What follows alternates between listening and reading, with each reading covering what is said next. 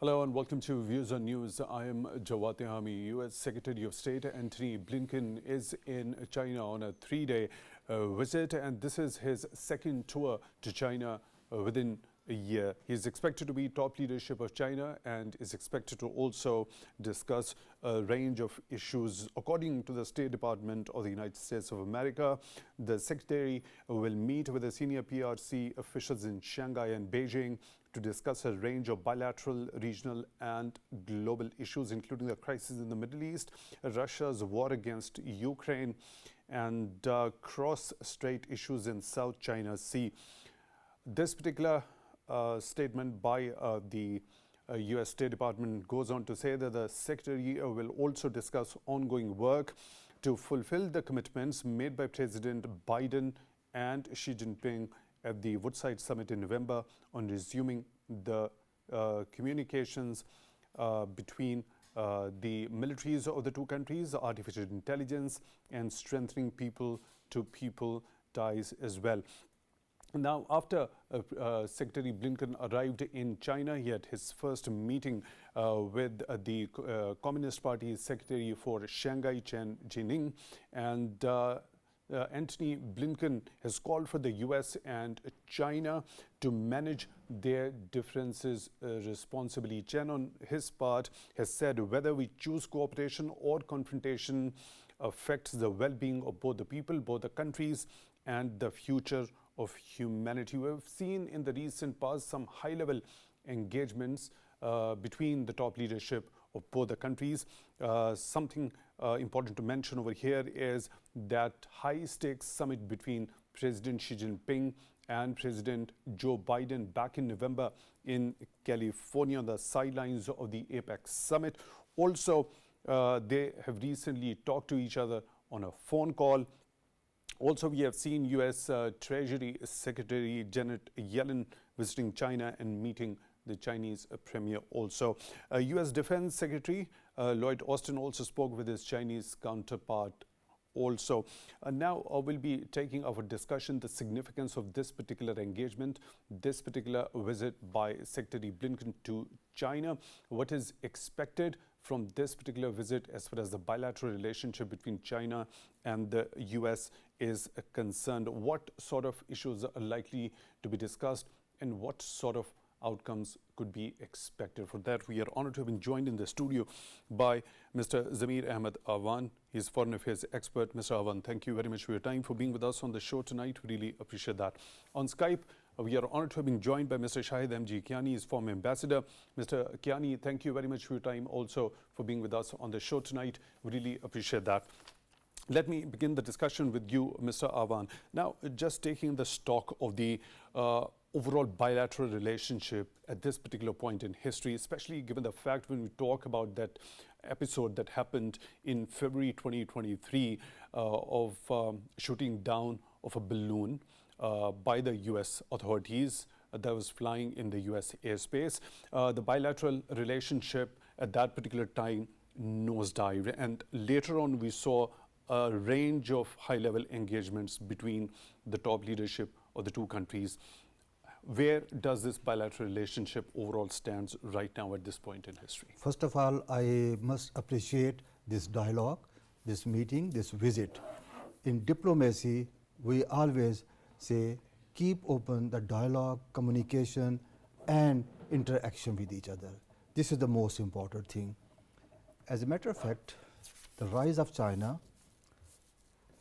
is conceived by America as a threat, and American government has taken several initiatives to counter China, to contain China, to resist the rise of China.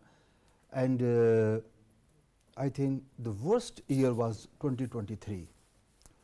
It was the worst era between U.S. and China relationship. Since the establishment or the inception of the diplomatic relations? Since the establishment of diplomatic relations. And what makes you say so? Why was the 2023 the worst year in that relationship? Many incidents happened, like shooting down the balloon, putting in sanctions, and blacklisting Chinese companies, misbehaving with the Chinese students, trade restriction, and everything was at the extreme in 2023. Actually, it started during the administration of President Obama, but at that time it was very initial stage, very polite and very minute, but not visible. President Trump has launched the trade war and blamed China for corona spread out. That was a little bit severe. But since the President Biden is in the administration, he has taken very strict measures against China. He has harmed the China-US relation a lot. So when we try to compare the policy of the United States of America towards China in particular, as you have already mentioned, it was a little bit of softer during the Obama administration. Then we saw the accusation of the COVID spread during the Trump's administration, pointing fingers towards China, calling for an investigation into that. And now, during this time, during the administration of President Joe Biden, you're of the view it has gone even to a tougher level. So when we try to compare that policy as far as the Republicans and the Democrats within the United States of America are concerned, who holds a tougher policy or a stance towards China? I think it's not the Republican or Democrat, it is the President Biden. In fact, the President Biden started his career, political career in 70s. That was the era of Cold War. He was trained and he was part of the trade wars, Cold Wars era. And he was part of all the administration, President Nixon, President Clinton or Obama, or before that Bush, and all the presidents. He was part of the government, either in the winning party or the losing party, but he was always in the government. And that was the era of Cold War. In the Cold War era, he was brought up in that era. His mentality is the Cold War era. He was the designer or architect of Cold War policies, and he is still in the same mindset. Right, let me proceed with the discussion. Mr. Kiani, where do you see this bilateral relationship at this point in history as far as the recent developments, as Mr. Awan is of the view that 2023 year was the worst ever span in this particular bilateral relationship since the establishment of the diplomatic relationship between both the countries? First of all, one should try to understand, as my colleague has said, we need to welcome the dialogue, the dialogue, continuing dialogue between these two economic powers, and both are militarily also very strong.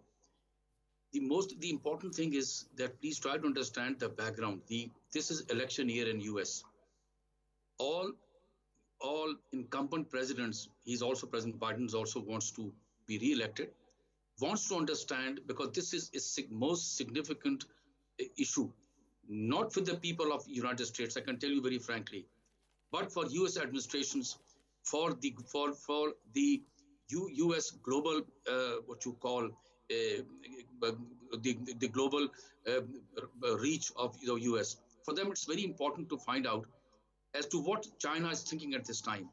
You can see US has tried, using India, using trade war, other things.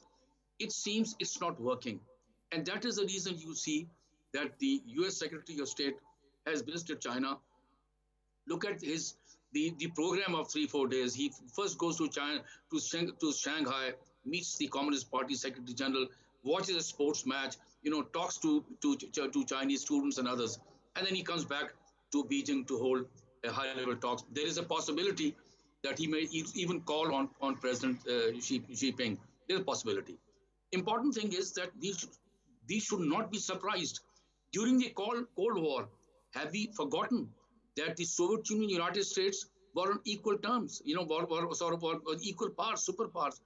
But they used to meet either in Helsinki, Geneva, other places, because they wanted to understand each other.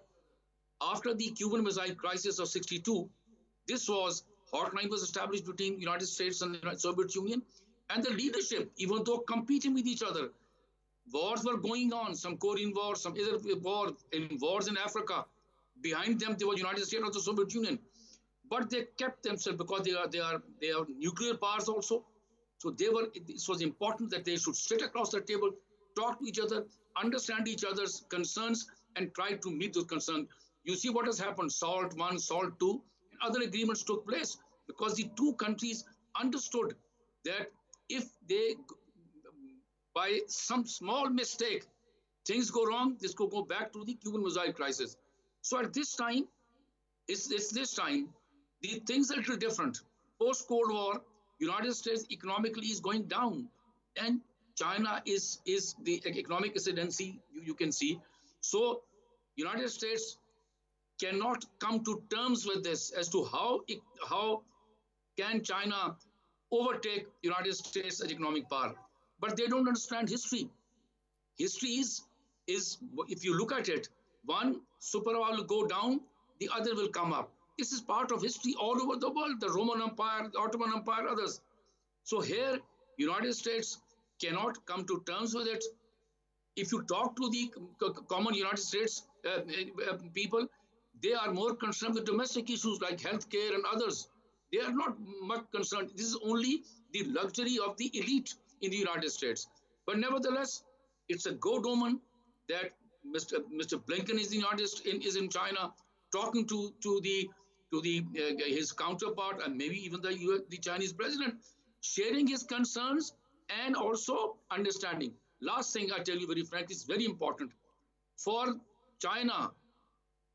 Ukraine, meaning supporting Soviet Russia in the Ukraine war, maybe something important. But the issue of Taiwan is extremely important and very sensitive, on which United States they will be warning United States not to interfere into this very personal domestic affair. Right. These very two important points that you mentioned at the very end of your take, we'll be discussing those two different points in detail.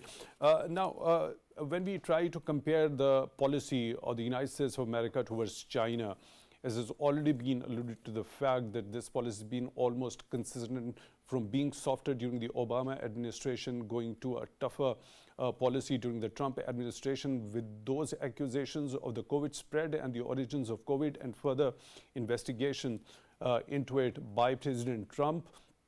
And now during this particular administration, Joe Biden, which is of course a Democratic administration over there, belongs to the Democrats. So if you compare, is the policy, when we talk about specifically towards China, irrespective of which party is in the administration, remains same?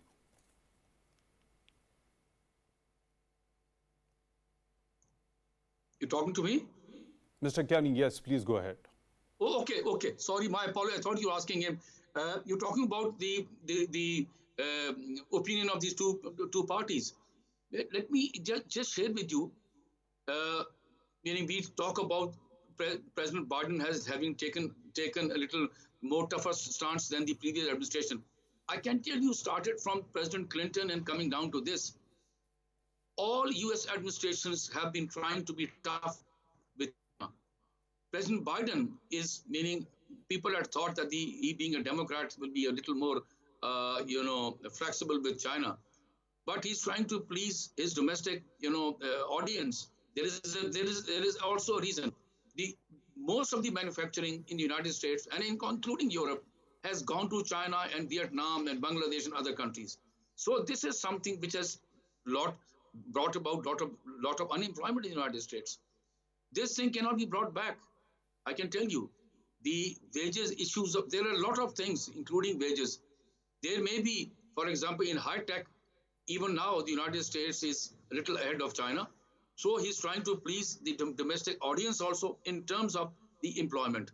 So both the administrations, even for example, if President Trump comes, he will be as tough as President Biden. I can tell you very frankly. The only difference is Trump is a leader who doesn't want U.S.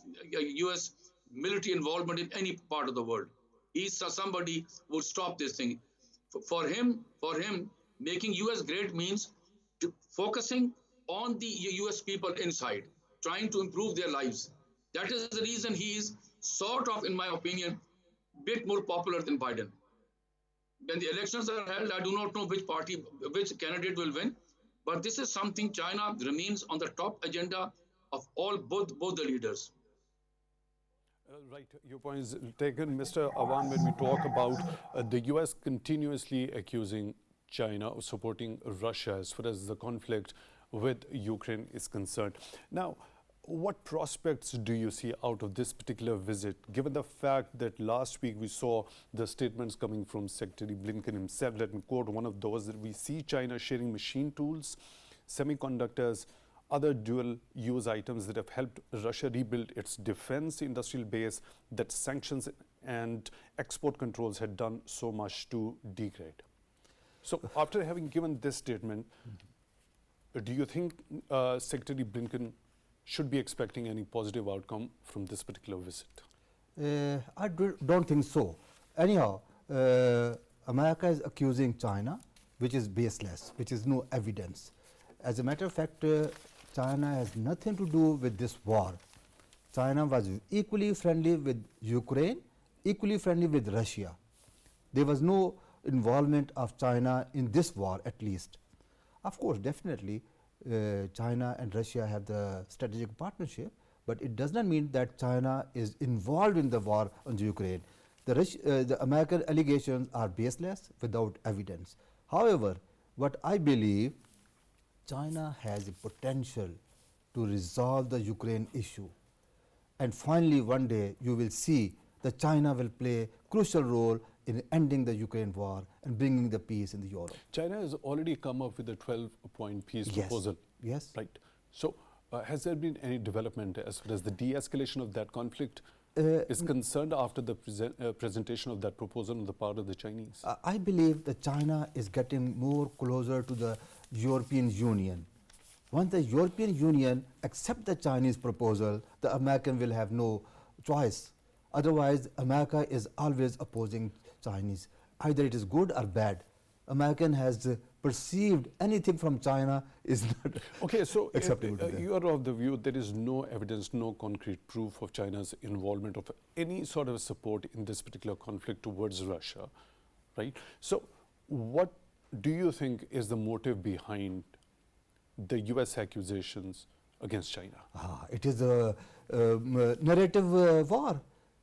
US is using all tactics to malign China, to are fabricating fake stories and fake news, distorted image of China. US is harming Chinese image.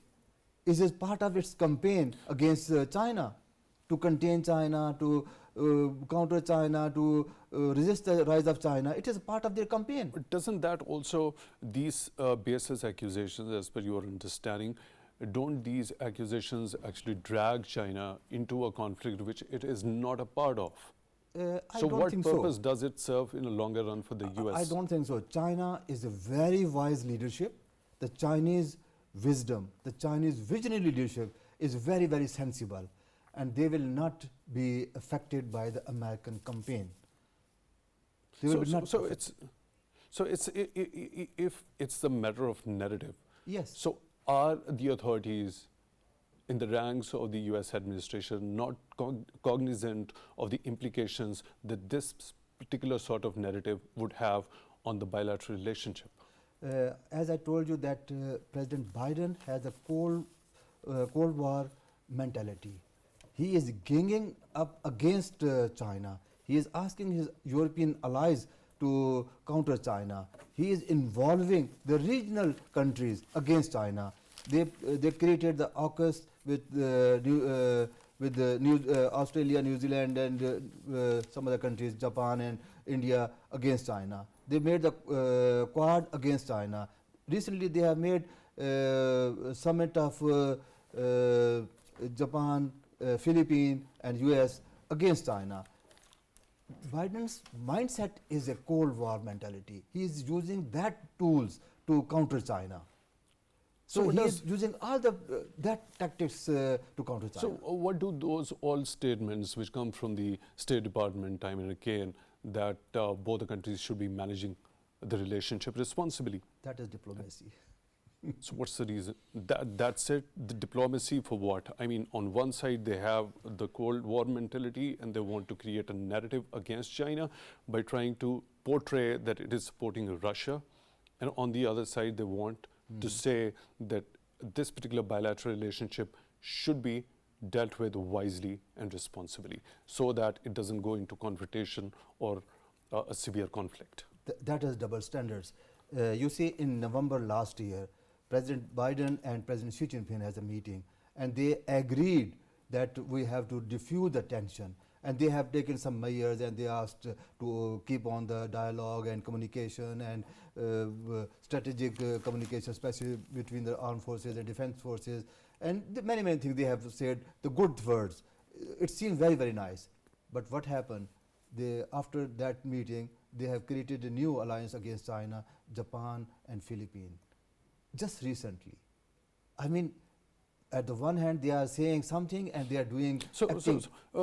In that sort of a scenario, what possible options lie with the authorities in China? I'll come to you to take your detailed view regarding this particular thing. For now, we are honored to have been joined by another participant. Dr. Talat Shabbir is Director, China-Pakistan Studies Center at the Institute of Strategic Studies in Islamabad. Dr. Shabbir, thank you very much for your time, for being with us on the show tonight. Really appreciate that. How do you see the significance this particular visit by Secretary Blinken does carry with itself to China, a 3-day official visit?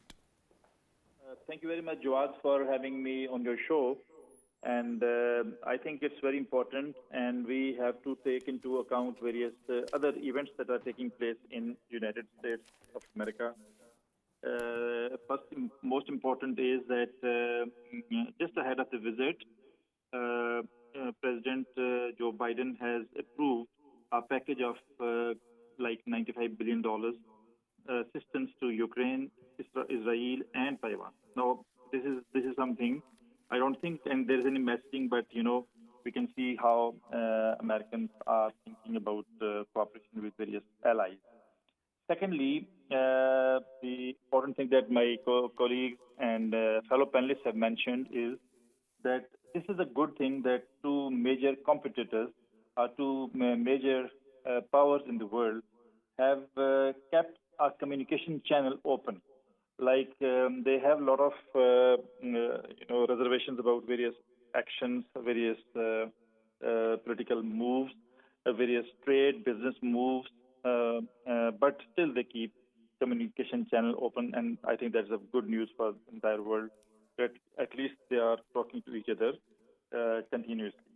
Now, ahead of this visit, I must also mention the 5 goals that Chinese Foreign Ministry has given out, and that's very interesting to note. For example, first goal that they've set is that we must establish right perception. I think Chinese think that there's a major issue of perception. The second goal that is very important is they wish to strengthen dialogue. And third is they're effectively wishing to manage the differences between the two countries. Fourth is promoting mutual beneficial cooperation. And then fifth, the Chinese realize that it's the responsibility of two major powers to shoulder responsibilities of the entire world. And I think China urges United States of America also to shoulder responsibility of entire world, and particularly a world in which Russia-Ukraine war is happening, in the world in which Gaza-Israel war is happening, a world where there are differences, a world where China wants to assert its one China policy, and America is cooperating with the ones who are actually against this one China policy. So in the backdrop of all these issues, I think this visit is a good step. But there are two schools of thought about the visit. One school of thought says, since it's a communication channel open, and the leadership of the two countries are communicating with each other on issues the world is facing, and particularly the bilateral issues that the two countries are facing. But many are not very hopeful from this visit because they see that alongside the communication channels, the United States of America is also playing kind of a game in which America is actually in contact with Chinese rivals in entire region. So I think, but as a as a person who hopes for peace in the world, I expect this visit to be very forthcoming with regards to coming to terms with various problems that both countries are facing, particularly peace in the entire world. So, do you think there could be any expectation as far as Secretary Blinken's his own understanding is concerned about any sort of a positive outcome out of this particular visit, given the fact that he had just a week before given some statements again accusing China of supporting Russia as far as the Ukraine conflict is concerned? I think one of the major American concern is, of course, Russia-Ukraine war, and particularly China's role in this war. Though China has been advocating restraint and advocating peace in the region, because it is also actually impacting China's peace efforts in the region, or China's Belt and Road Initiative in the region. China is concerned about it. But I think the perception in American scholarship is that China is actually trying to use Russia, and they are siding with the Russia on Ukraine issue. But I think it's very sensitive. It's a very sensitive issue that you just accuse China because China is trying to have good relations with Russia, and you think that it's a bloc coming up headed by both major powers. So I think it is. I think it's on part of Blinken and senior officials, American officials. It is, I think, the right time to be very mindful of various sensitivities of Chinese and, of course, Russians. And before giving that kind of sweeping statement, I think they should also look into what is very sensitive to China and Russia. Right, Dr. Shabbir, you already mentioned the issue of Taiwan. We've seen a legislation being signed by President Joe Biden. Now, there is a certain amount that's been set aside as far as Taiwan is concerned by the U.S. administration. We have seen in the recent phone call between President Xi Jinping and President Joe Biden, President Xi Jinping clearly and categorically saying that the Taiwan question is the first red line that must not be crossed in the U.S.-China relations. Now, after this particular, at that very particular time when this legislation has been signed by the president, don't you think this particular step would undermine any sort of prospects that could emanate as positive in the wake of this particular visit by Secretary Blinken? I think a package of providing a certain amount of assistance to Taiwan at this very moment is, I think, hitting a red line. They've already hit a red line that China has pronounced very clearly. Now, there are red lines that Americans are hitting for quite some time now. For instance, the Taiwan question is very important and very sensitive question for Americans. Secondly, human rights issues, democracy and human rights. China is accused of, not following the democratic norms or human rights norms of human rights in the country. And thirdly, very important is the development path and system that Chinese follow. Now, all these are the red lines for Chinese, and I think the U.S. has to be very, very sensitive to what Chinese think of the world and system that they are following. Of course, Taiwan question is very important for Chinese, and America should exercise some restraint in order for Chinese to be annoyed, on the question of Taiwan. So I think they must respect one China policy, and they must respect how China actually wants to resolve issues with the neighboring countries, and of course, particularly one China policy. So if similar sort of virtues are kept on, being displayed by the U.S. administration as far as the Taiwan question is concerned, so what options do you think the Chinese would possibly have to deal with that matter? Since China, if you look at the Chinese reaction to such statements, provocative statements, we have seen that Chinese have always been very, very, careful in giving a sweeping statement about it. But concern about these red lines. And they would always point out, and they will always communicate through diplomatic channels as well as through media about how they feel about their sensitive issues. And Taiwan is a very important issue for them. So I think whenever it happens, and even in the bilateral meetings in media, or whenever there's a provocative statement by American media or officials, Chinese immediately respond to that. Sometimes they use very harsh language also in order for warning America to use right language about Taiwan. So I think when it is a sensitive issue, states must respect. And there is also voices in America, American scholarship, and they urge their officials and leaders to respect one China policy in order for having peace in the world. Right, Dr. Talat Shabbir, Director at China-Pakistan Studies Center at the Institute of Strategic Studies, Islamabad. Thank you very much for joining in at Views on News tonight. We really appreciate that. Mr. Kiani, when we talk about U.S. continuous accusations on China for its alleged involvement and support to Russia as far as the Ukraine conflict is concerned, has already been discussed with Mr. Awan. He is pretty confident that there is no evidence as far as the support by China to Russia as far as the Ukraine conflict is concerned. So if you agree with this particular understanding of Mr. Awan, so what does the US get by dragging China into this particular conflict when where it is not a part of it already? Meaning, let us be honest, during this time in which China is being pushed against the wall, it will be naivety to just expect that China would not be supporting or standing with Russia. Not in terms of aggravating the Ukraine war, not the least. China would like to end this war, but China supports Russia because the United States and Western countries are also trying to push Russia, trying to push Russia back.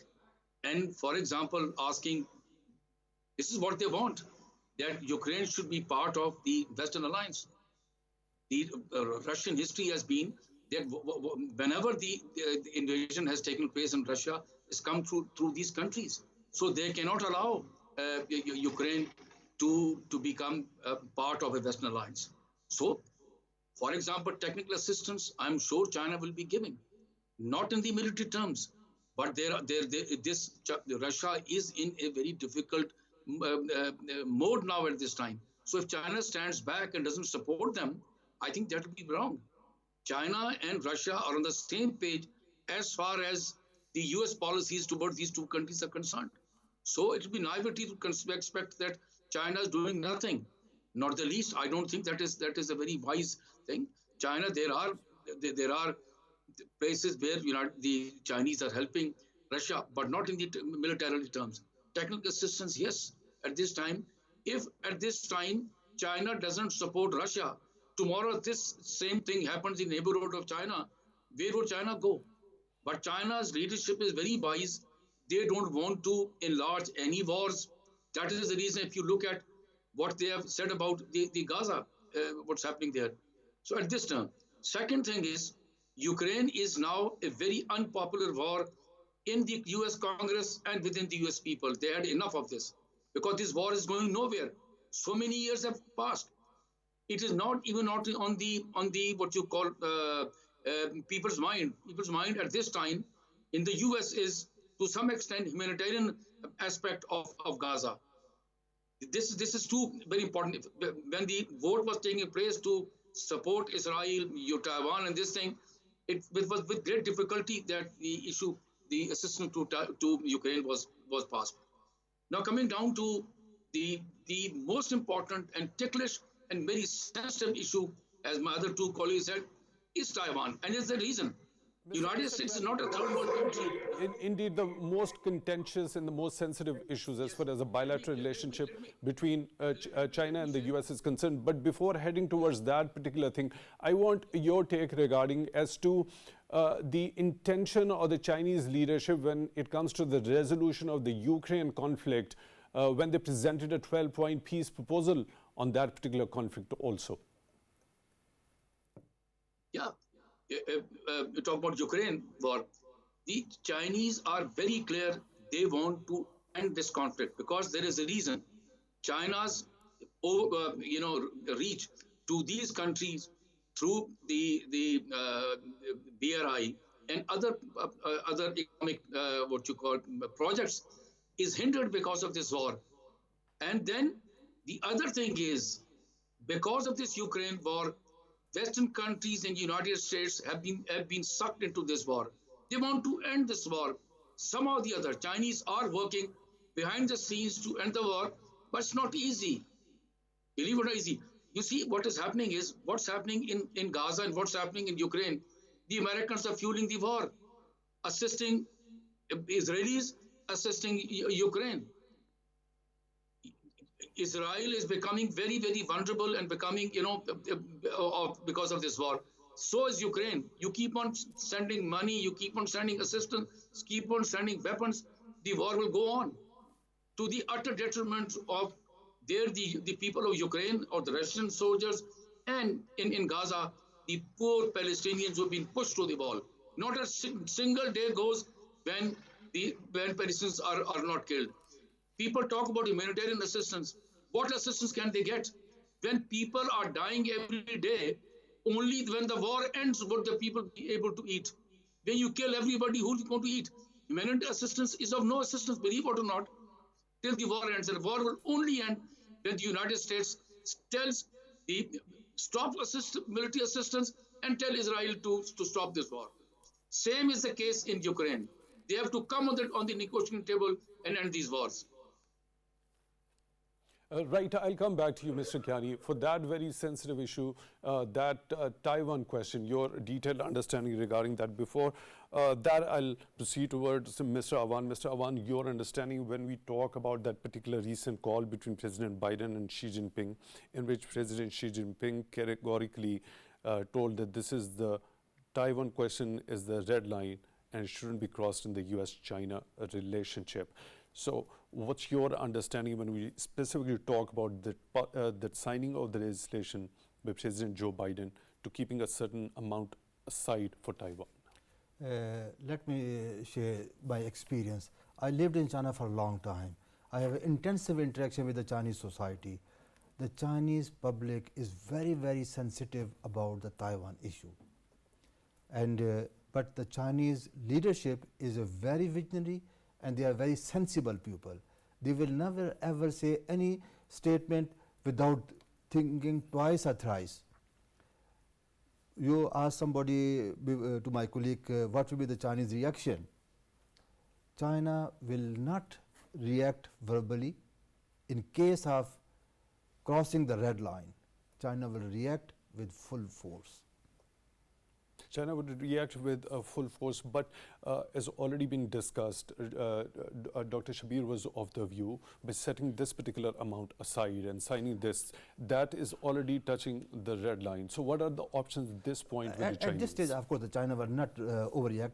What is the purpose of supplying arms to Taiwan? Definitely it is against China. Where Taiwan will use these weapons? Against China. So of course this is red line and China has the right to oppose it, to resist it, or to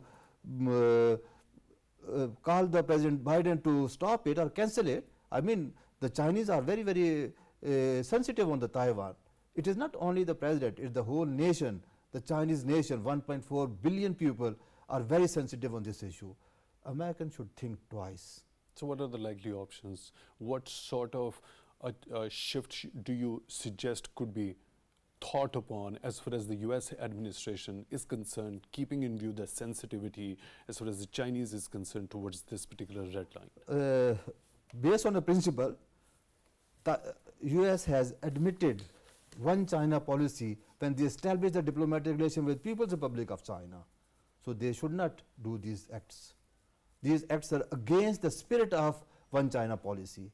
These acts are against the agreement signed between China and America. I mean, they should not do it. Right. Mr. Kiani, please go ahead. This a particular sensitive issue, setting aside signing a legislation, that signature on the part of the president, is it already that red line that has been touched as far as the US is concerned towards Taiwan? Let me just tell you, United States have opened up too many issues. South China Sea, bringing Philippines, South Korea, Japan, bringing India, Australia, ganging up against China. Chinese, if you look at the summits which have been held in the last few years with EU, with African countries, these countries welcome, China, because China's ascendancy is being on peaceful reasons. They have not economically, they've worked hard, improved the lives of their own people and trying to improve the lives of other countries. Look at CPAC in Pakistan. Now, when you come down to Taiwan, the Shanghai Communique of 1972 clearly stated one China policy. Now, United States is not a third world country that would sign an agreement with China and they'll go against it. I mean, one cannot understand as to why this issue of Taiwan is being raised again and again, going against the very agreement which has been signed.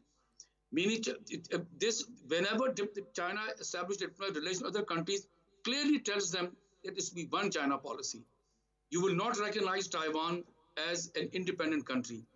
China raises its claim on Taiwan like it had with Hong Kong, and one day, they say that this Taiwan will come back to the motherland. So this is a red line which the United States continues to cross. But I can tell you, in the coming years, this issue will keep on being raised by both the countries, and China will keep on telling the United States not to cross this red line, but it will live with it. You see, what can you do?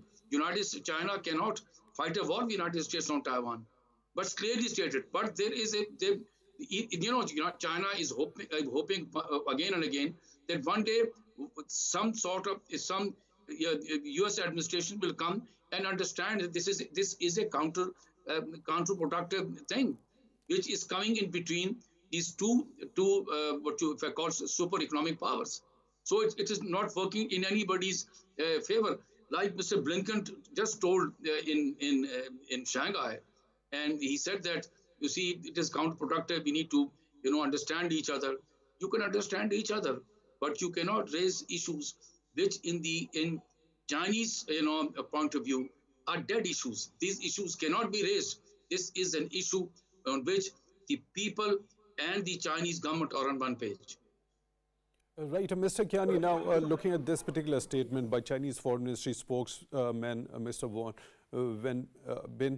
that China will closely, referring and alluding to this particular bill and also the issue of Taiwan, he said that China will closely follow the developments of the bill and take resolute measures to safeguard the sovereignty, security and territorial integrity. So the protection of all these dimensions. If the US continues to bring this issue up again and again, what are the likely options at the hands of the Chinese for the protection of all these dimensions? See, the United States should understand this is a post-colonial era. You cannot colonize any country. Yes, economically, the bigger countries are trying to use the colonial, policies. But at the same time, China has very categorically warned. If you look at President Xi Jinping's discussion over the telephone with, I think, a video call with President Biden, he clearly stated that this is an issue on which there will be no compromise. But I can tell you, China will live with it. And it will keep on warning, but it is not going to, you see, as I said, they have already crossed the line, United States, but it will keep on warning them and live with it. I can tell you frankly, because China's policies are not to aggravate the what you call relationship with another superpower. You will see President Biden or Chinese president with the US counterpart, whoever it is, will meet again and again and talk to them and keep on reminding them that this is a red line which you should not cross. But it will live with it. I can tell you frankly. Right, your point is well taken. Quick last comment. You wanted to make a point, Mr. Awan, please. Let me comment on this visit. First of all, as a diplomat, I appreciate this visit and hope this dialogue and this communication should be continued. However, I'm not very much optimistic about the tangible output or outcome of this visit. First of all, the reason is that this visit is only for the consumption of the voters in the US because it's the election coming very soon. Secondly, there is a lack of sincerity. There is a big gap between the action and words of the United States of America. What they are saying and what are they doing are completely different things. Thirdly, the Americans have to understand the changed geopolitics. They should recognize the potential of China, the rise of China. China has surpassed the stage where it can be coerced. So they should understand the strength of China, potential of China. They should interact with China on the equal footing, The US equal must basis. accept the reality of the day. Mr. Zamir Ahmad Awan, foreign affairs expert, thank you very much for being with us on the show tonight. Really appreciate that. And on Skype, we were joined by Mr. Shahid M.G Kiani, former ambassador. Mr. Kiani, thank you very much for your time, also for being with us on the show tonight. Really appreciate that. With that, we come to the end of today's episode. Till the next one, take good care of yourselves.